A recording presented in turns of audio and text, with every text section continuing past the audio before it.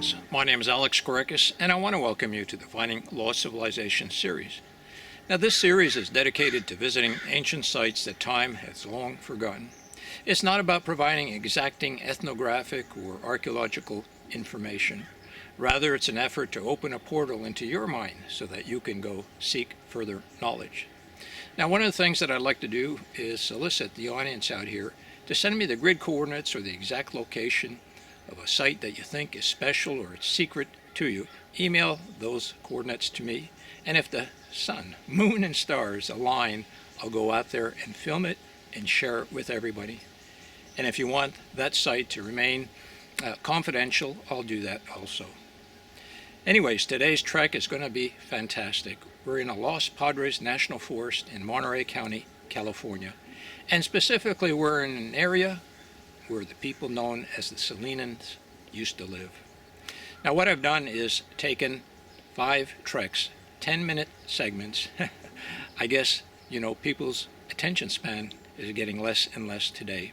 But anyways, each trek will feature a unique part of this Salinan native territory. And so I invite you to come trek with me. I know today's going to be a fantastic journey.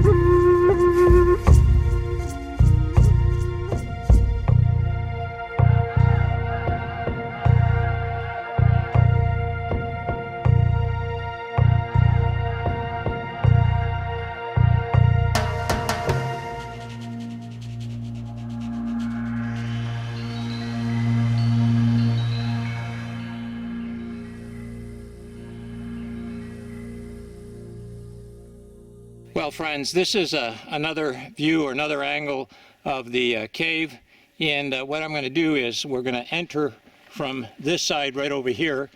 So let's go take a look. Let's see what we can observe inside this place. I tell you, this is truly fascinating.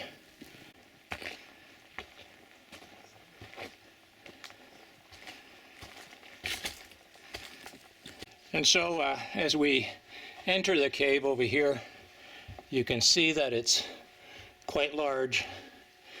This is really, I tell you, fascinating to be in this cave rock shelter when you know that ancient man lived here hundreds and probably thousands of years ago. And so directly ahead of us, you can see this large outcrop right here on the ground level. It contains about 23, 24 mortars. So this here is further evidence that ancient man occupied this site.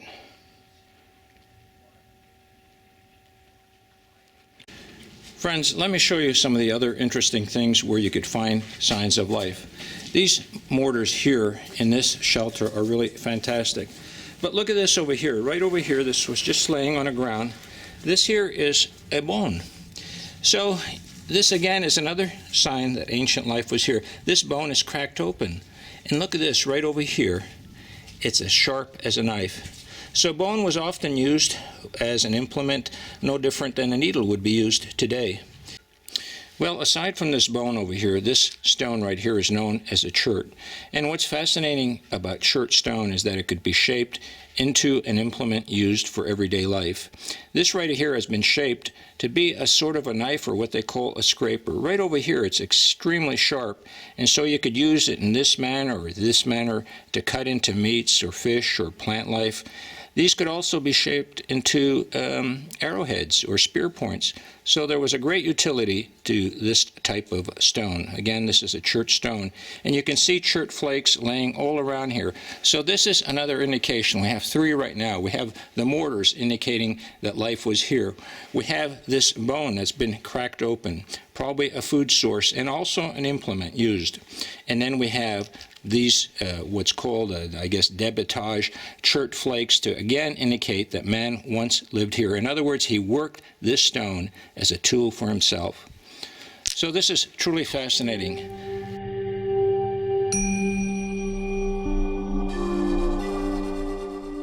Now, one of the interesting things about this cave, aside from its ancient native history, there is also historic information that this cave was used by a stagecoach line that ran to the ocean from here. Okay, we're inland right now.